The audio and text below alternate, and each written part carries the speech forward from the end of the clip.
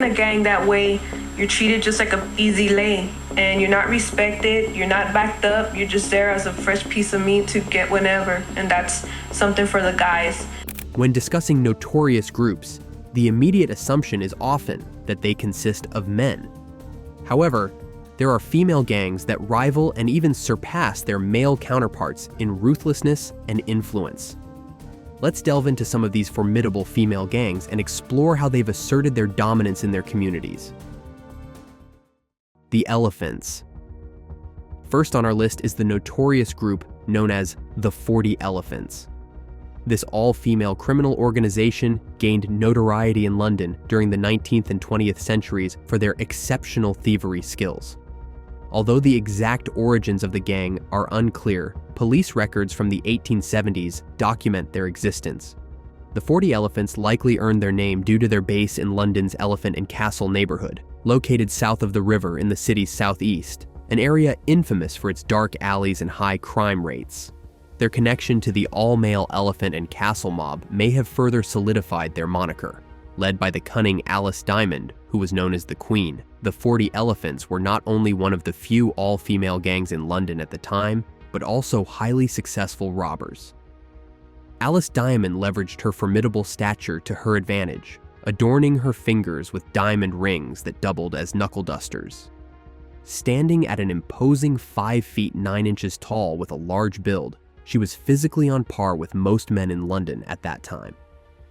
In 1916, at the age of 20, she became the leader, or queen of the gang, propelling their success under her formidable leadership. Nicknamed Diamond Annie and the man-killing Amazon by the media, she struck fear into the hearts of store owners and figures within London's organized crime scene. Diamond Annie's criminal career began early. She was first arrested at 17. In an era when the average man stood around 5.6, 167 centimeters, her height of 5.9, 175 centimeters, was particularly notable. She often acted as a decoy in stores, using her imposing presence, notorious reputation, and penchant for high-end furs and clothing to distract staff. While employees focused on the famous gang leader, other members of the 40 Elephants would quietly steal merchandise, executing their heists with precision. Under Alice Diamond's formidable leadership, the 40 Elephants orchestrated sophisticated simultaneous raids on jewelry and clothing stores throughout London. This tactic frequently baffled the Metropolitan Police, as the gang operated with a level of coordination and audacity rarely seen at the time. They were unafraid to resort to violence to escape precarious situations. Their strategies blended cunning deception to divert unsuspecting shoppers and seductive techniques to build a pliant network of influential men. This network became instrumental in their operations, as it allowed the gang to blackmail and manipulate their way out of legal trouble, enabling them to maintain a lavish lifestyle. During the Roaring Twenties, the 40 Elephants indulged in the opulence of London's finest hotels, exclusive clubs, and theaters, luxuries that had once been out of reach. Diamond imposed a rigorous set of guidelines known as the Hoister's Code, which every member of the gang had to adhere to strictly. This code included stipulations, such as staying sober the night before a planned raid and completely avoiding alcohol. It also required that any gang member who was arrested must provide an unbreakable alibi. Additionally, the women were strictly forbidden from wearing any stolen merchandise. One of the most critical regulations was that all members' romantic relationships with men had to receive the Queen's explicit approval. This rule ensured that members remained trustworthy and that no one would betray their partner to the authorities if they were romantically involved. The 40 Elephants had a distinctive shoplifting method that leveraged the societal norms and fashion trends of their era. During this time, store employees typically afforded female customers privacy while they shopped, allowing the gang to exploit this trust. The women ingeniously sewed hidden pockets into their gowns, cummerbunds, bloomers, caps, and coats. By appearing as well-dressed, fashionable women, they easily deceived store employees, who would never suspect them of theft. It was even rumored that one member would disguise her real arm and hand, using it to discreetly stash items into her concealed pockets. The downfall of the notorious 40 Elephants began in 1923 when Maggie Hughes, a prominent member, was caught attempting to steal a tray containing 34 diamond rings. This arrest prompted investigators to intensify their efforts, ultimately leading to the capture of Alice Diamond in 1925. Diamond was sentenced to 18 months in prison, a blow that left the gang without its formidable leader. Following her imprisonment, the influence and power of the 40 Elephants began to wane. Many members were subsequently arrested or executed, further weakening the gang. In the 1950s, advancements in store security technology made shoplifting increasingly difficult and risky, significantly hampering the gang's ability to operate effectively. As their traditional methods became less viable and more dangerous, members gradually left the criminal life, leading to the eventual dissolution of the 40 Elephants. The Latin Queens. Next on our list is the Latin Queens, a group that intriguingly evolved from a male gang. The almighty Latin King and Queen Nation, commonly known as the Latin Kings, is one of the largest Caribbean and Latino street and prison gangs in the world. The gang originated in Chicago, Illinois, in 1954, founded by Puerto Ricans. Ramon Santos established the Latin Kings in Chicago's Humboldt Park neighborhood in 1954, initially under the name Imperials. This organization aimed to advance Puerto Rican interests and combat racial prejudice. The Latin Kings emerged when the Imperials joined forces with several other Puerto Rican and Mexican street gangs in response to violence from Greek and Italian greaser gangs targeting the Latino community. This union played a significant role in shaping the gang culture in Humboldt Park. Although the Latin Kings' original mission was to fight discrimination, they eventually transformed into a criminal organization with operations across the country. The Chicago faction of the Latin Kings is now considered one of the largest Hispanic street gangs in the United States, trailing only behind the Sureños, Norteños, MS-13, and the 18th Street Gang.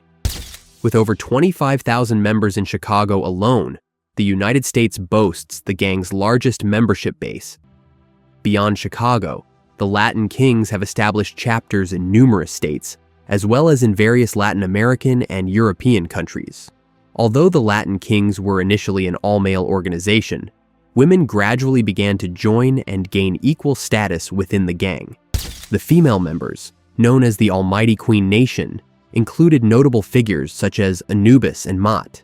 The Latin Queens advocate for self-empowerment, ethnic identity, independence, self-respect, and familial support. These goals have attracted a diverse group of women, many of whom have faced drug addiction, abuse, and neglect from their families, partners, and husbands. Sociologists studying these communities have observed the different ways the Latin Kings and Queens reclaim and control their environments.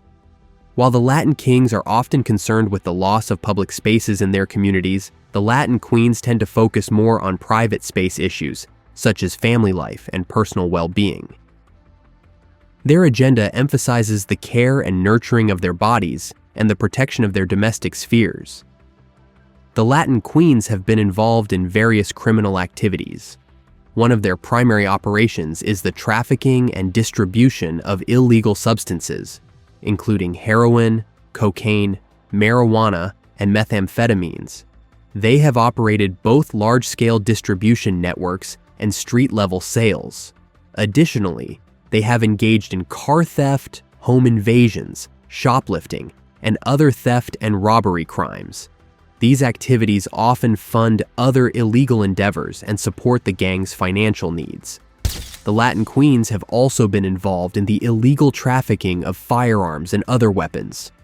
They not only use these weapons in their criminal activities, but also sell them to other criminals.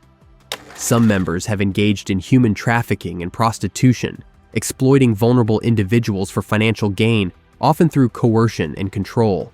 Additionally, the group has committed various forms of fraud, including identity theft, credit card fraud, and operations involving counterfeit money. These fraudulent schemes are designed to generate substantial and quick financial profits, contributing further to their illicit activities. La Catrina's gang. The next group on our list is the infamous La Catrina gang, centered around Maria Guadalupe Lopez Esquivel, who became a notorious figure in the world of Mexican cartels as a key operative in the Jalisco New Generation Cartel, CJNG, known for its power and brutality. Maria, raised in Tepalcatepec by a rancher and a housewife, understood early on that her future in such a small town was limited. Rejecting conventional education and a mundane existence, she left home and joined the Jalisco New Generation Cartel in 2017, a rising force headquartered in the isolated Michoacan community of Aguililla. Initially part of a group of sicarias, or female hitwomen, Maria used her allure and cunning to deceive and eliminate rival gang members, motivated by ambitions of wealth, power, and fame rather than personal relationships. She quickly rose through the cartel's ranks, assuming leadership of her own team and ultimately commanding a deadly hit squad. Maria's exploits and extravagant lifestyle, which she flaunted on social media, earned her the nickname La Catrina, a nod to the iconic Day of the Dead figure known for its seductive yet hideous allure. As La Catrina, Maria orchestrated numerous kidnappings, extortions, and assassinations with ruthless efficiency. The La Catrina gang made shockwaves in October 2017 with a brazen ambush on Mexican police executing a warrant, triggering a horrific bloodbath. In a chilling display of their power, the squad set ablaze 2 police vehicles, resulting in the deaths of 13 officers and severe injuries to several others. A stark and violent message of their impunity and willingness to confront authorities head-on. La Catrina, emboldened by her perceived invincibility, personally orchestrated the attack, her commanding voice echoing as she directed the fatal assault, marking her as a prime target for law enforcement determined to dismantle the cartel's operations. Part of the Jalisco New Generation Cartel, CJNG, renowned for its ruthless tactics and extreme violence, La Catrina operated as a sicaria, hitwoman, specializing in violent crimes and assassinations, targeting rival cartel members and adversaries of the CJNG. The cartel's modus operandi includes pervasive intimidation, extortion schemes demanding protection payments from businesses and individuals, and engaging in high-stakes kidnappings for ransom. La Catrina played a pivotal role in enforcing these extortion tactics and ensuring the cartel's financial interests were safeguarded, including through sophisticated money laundering operations aimed at legitimizing their illicit profits via investments in legitimate enterprises and real estate ventures. On January 10, 2010, the National Guard received intelligence on La Catrina's whereabouts, prompting a swift operation to apprehend her and dismantle her squad. In a tense standoff, officers surrounded their hideout, leading to a fierce exchange of gunfire.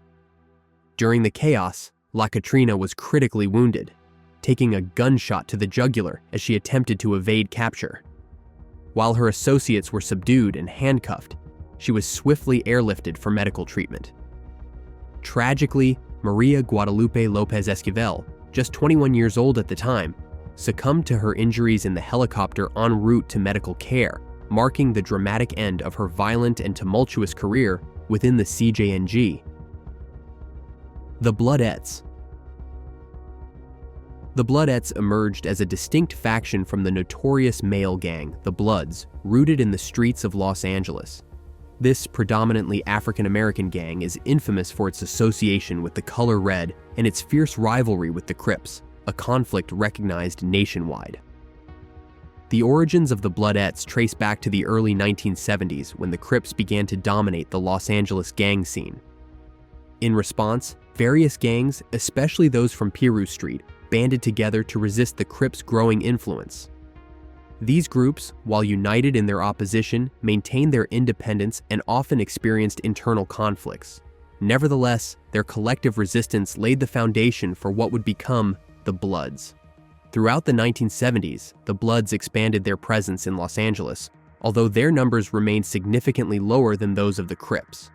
This numerical disadvantage led the Bloods to develop a reputation for brutality and aggressive recruitment tactics.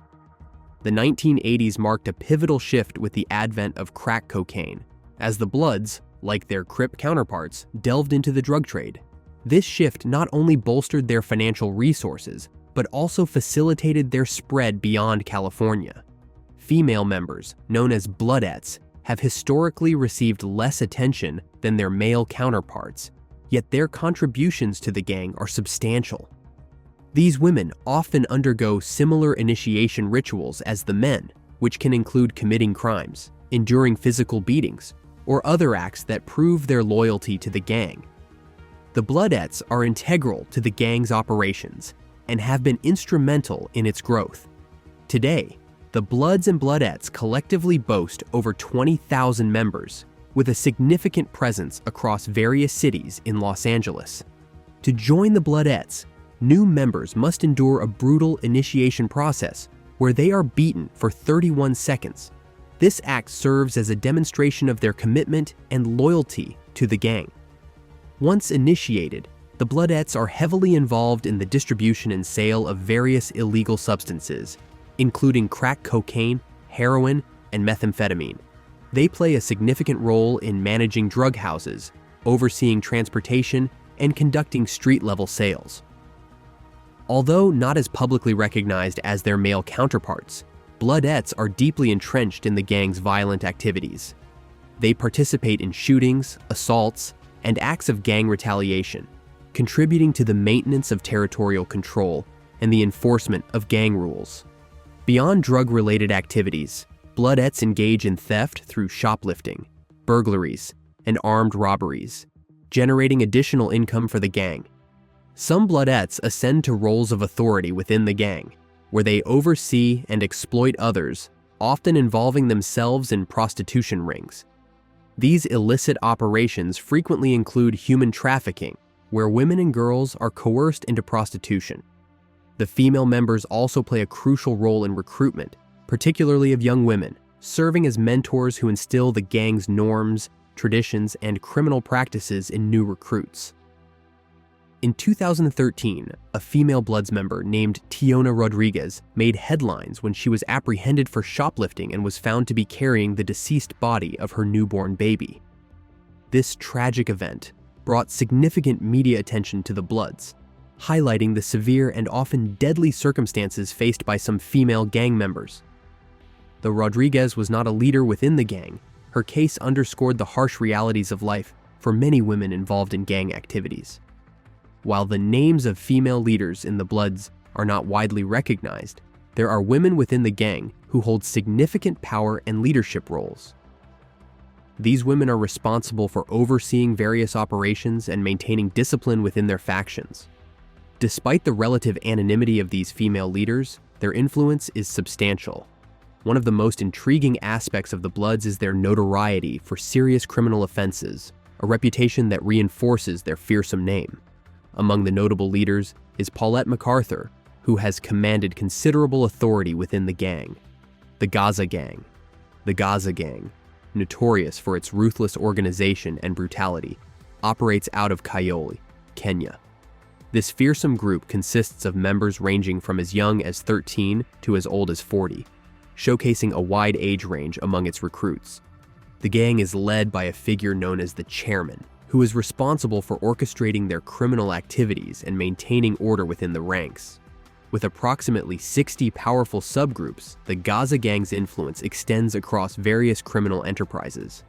These subgroups, often operating semi-independently, commit a wide array of crimes on behalf of the larger organization. The gang's name, Gaza, is inspired by the Gaza Strip, reflecting a harsh and militant image that aligns with their reputation. Emerging around 2012 in Kayole, the Gaza Gang quickly gained notoriety for its involvement in diverse illicit operations. Within the gang, there are 5 primary groups, each consisting of 4 members. Female gang members play a crucial role in the organization's activities, as they are less likely to be searched or suspected by authorities.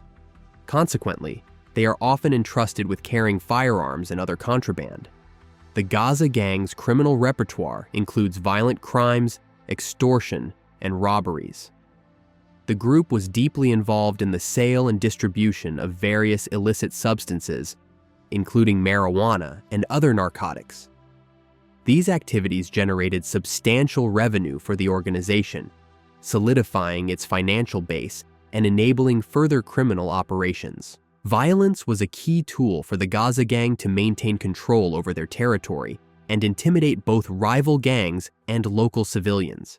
They employed brutal tactics such as beatings, assaults, and even murder to instill fear and assert their dominance. This reign of terror ensured that the gang's influence remained unchallenged within the region. A significant aspect of the Gaza gang's strategy was the aggressive recruitment of young people from the local community, particularly those deemed vulnerable. The gang targeted these individuals, exploiting their circumstances to draw them into the criminal fold. Prospective members were subjected to harsh initiation rituals designed to prove their loyalty and commitment to the gang. The presence of the Gaza gang in Kiola created an atmosphere of fear and instability. Locals were often too terrified to speak out against the gang or venture outside at night, leading to a pervasive sense of insecurity. The gang's destructive actions had a detrimental impact on the neighborhood's economy, forcing some businesses to close or relocate to avoid extortion and violence. This economic decline further contributed to the breakdown of community cohesion and a rise in crime rates, causing significant societal upheaval. The Gaza gang maintained its operations partly through corrupt relationships with law enforcement. Allegedly, they paid bribes to dishonest police officers to acquire firearms and ammunition. These officers would provide the gang with guns and ammunition in exchange for regular payments, allowing the gang to continue its illegal activities with minimal interference. Eventually, the actions of the Gaza gang drew considerable attention from law enforcement authorities. Ugandan authorities took decisive action to dismantle the gang, disrupting their operations and making numerous arrests. Increased focus and pressure were placed on key leaders, including Senyang, Samwiri, and Lukwago, leading to multiple arrests and a significant reduction in the gang's power. The Serenas. The Serenas group, originating in California, is known for its involvement in the sale and distribution of illegal substances, including marijuana and other narcotics, from which they profit significantly. This female gang, often referred to as La Serena, operates primarily in Southern California, especially in the Los Angeles area. The gang maintains control of their territory through intimidation and violence, using tactics such as beatings, assaults, and even murder to instill fear in neighboring gangs and civilians. The Serenas aggressively recruit vulnerable young people from their community, often subjecting new members to physical abuse or requiring them to commit crimes as part of initiation rituals to prove their loyalty. Their criminal activities are extensive, encompassing drug trafficking, extortion, robbery, and violence. They are part of the larger Sureños gang network, which is affiliated with the Mexican mafia. The Serenas are involved in a range of illicit activities typical of street gangs, including drug trafficking, extortion, robbery, and acts of violence. They distinguish themselves through distinctive symbols, often incorporating the color blue, specific tattoos, and hand signals. Their criminal pursuits frequently bring them into conflict with law enforcement agencies and rival gangs, leading to ongoing confrontations and challenges for community safety. In 2009, a shocking event unfolded at Alvarado's Bar and Grill in Richmond, California, where Norteño gang members Alvaro Garcia Pena and Imtiaz Ahmed were assassinated. The investigation quickly pointed to the Sureños gang, with one member pleading guilty and receiving a 25-year prison sentence. Others involved in the shooting faced a range of penalties for their participation in the violent crime. The following year, a large-scale narcotics operation in California culminated in the arrest of 51 Sureños members. This extensive investigation revealed that 8 different Sureño gangs were deeply involved in various illegal activities, predominantly drug distribution. The raid resulted in the seizure of a substantial haul, over 19 pounds of methamphetamine, a methamphetamine conversion lab, 1.5 kilos of cocaine, trace amounts of crack cocaine, 25 pounds of marijuana, 35 firearms, and assets worth $800,000 in cash and property. The arrested gang members faced numerous charges, including street terrorism, conspiracy to distribute cocaine, marijuana, and methamphetamine, and multiple violations of gun laws. Outro. And that's it on the most dangerous female gangs. These stories illustrate that gang-related activities are not confined to men alone. Women are equally involved and can be just as dangerous.